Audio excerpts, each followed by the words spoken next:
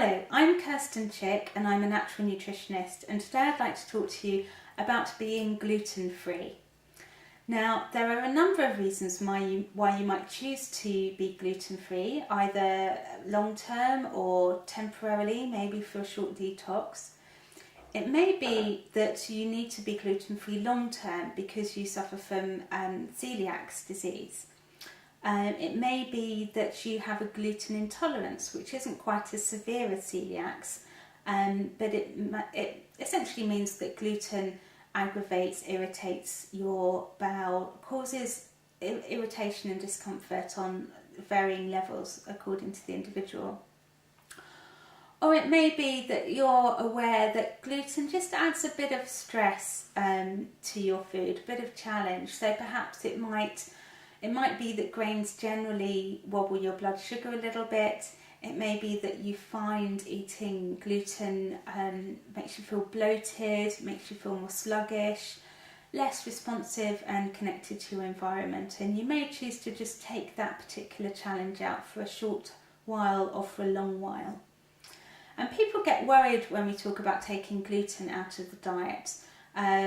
People are worried that there may be some nutritional loss involved, that you may become deficient in some nutrients, some minerals or vitamins, but that really doesn't necessarily need to be the case at all if you have a balanced diet with it, which is more than possible. There is the situation where many celiacs find that they may be deficient in several nutrients or one nutrient, but that won't be because they've taken gluten out of the diet. That will ordinarily be because there's a malabsorption problem there in the first place. Gluten's a protein. It's a protein that's found in many grains, most notably wheat, and also spelt and kamut, which are older forms of that particular grain. Also rye and barley, although they have less gluten in them than wheat does.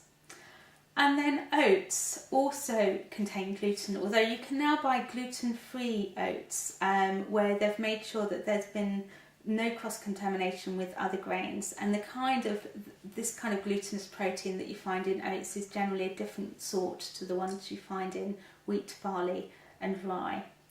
And then the other grains such as millet and rice, they have such a negligible amount of gluten in it that we call them gluten-free. So when you're taking the gluten-rich grains out of your diet, you can still have things like rice and millet and things like quinoa and amaranth, which are actually seeds, but we can use them as a grain. Other things such as buckwheat and tapioca as well, we can bring those in instead, so that we're still getting some form of carbohydrate. We still have a lot of flexibility and variety with our cooking, but we're just not relying on the same old wheat again. So the protein gluten, the reason it can sometimes cause a problem, particularly with celiac disease, is that it's a very long chain protein and it needs to be broken down.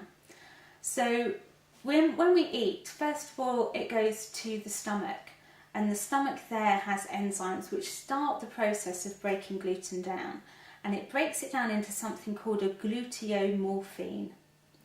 So as the name suggests, it's an opioid. And when that passes into the small intestine to be broken down further into amino acids, that stops it from being an opioid and turns it into something that's nourishment, it's food. And ideally the small intestine will say, yeah, we recognise amino acids, they're really useful, come on into the body.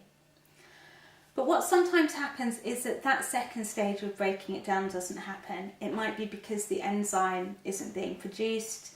It might be that the conditions in the small intestine are not quite correct, and the gluteomorphine stays in that state. And ordinarily we'd like the small intestine to say, no, you're not food, you're pretty risky, so we'll just eliminate you and not let you into the body.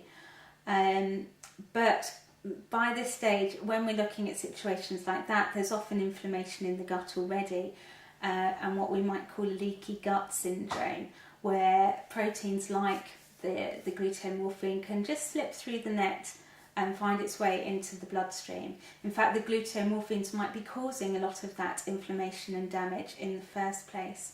And particularly with celiac disease, what happens is that the inside of the small intestine, which isn't flat like that, we have lots of what we call villi to increase the surface area, and they have their own little hairs as well.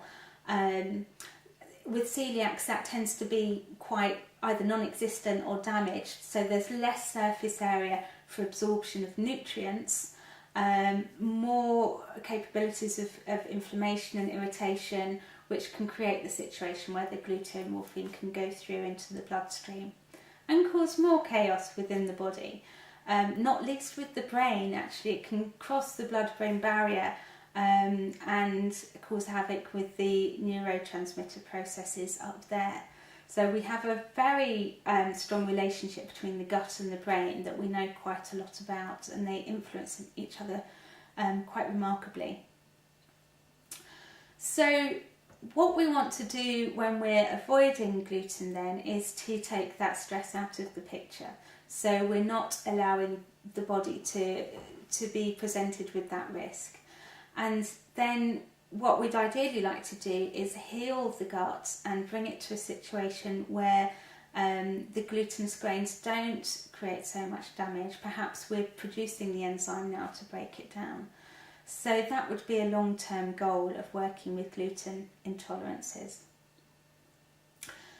In fact, when I use the word gluten intolerance and people with gluten intolerance, actually I'm probably talking about everybody. We never had gluten in our diets originally before we started to settle down and become farmers. When we were hunter-gatherers, we weren't eating much, if anything, in the way of grains at all.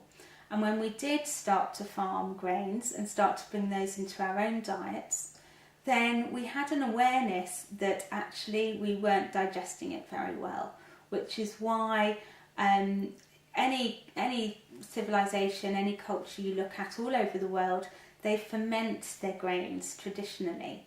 And that starts the process of breaking it down. It's pre-digesting it because we had this awareness that we weren't able to fully digest it ourselves. So, for example, with pancake mixtures, my mother always taught me to leave the pancake batter to stand for an hour before you cook the pancake, and that will do some work in terms of making the texture a little better.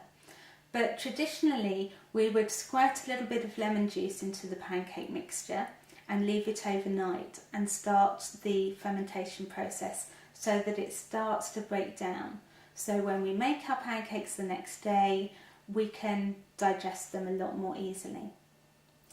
In fact, the first farmers who started working with grains and eating grains themselves, within a relatively short space of time, just a few generations, historians have noticed that they were much shorter in height, their brain sizes had reduced, and there was a much higher incidence of low bone density and bone disease, possibly brought about by malnourishment due to the effect that the gluten was having on the absorption abilities of the gut.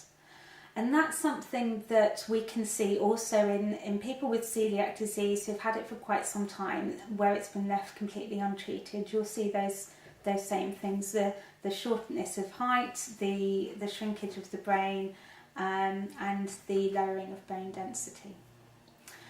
So over the years, it's been a long time since we started farming, and we have learnt to adapt. So that's why these days most of the population of the world eat glutinous grains quite heavily without keeling over or without having major problems, because we're incredible as a species, and we adapt pretty well to things, but not 100% perfectly. And you'll see the pockets of the globe where we started farming later, we've had less time to adapt.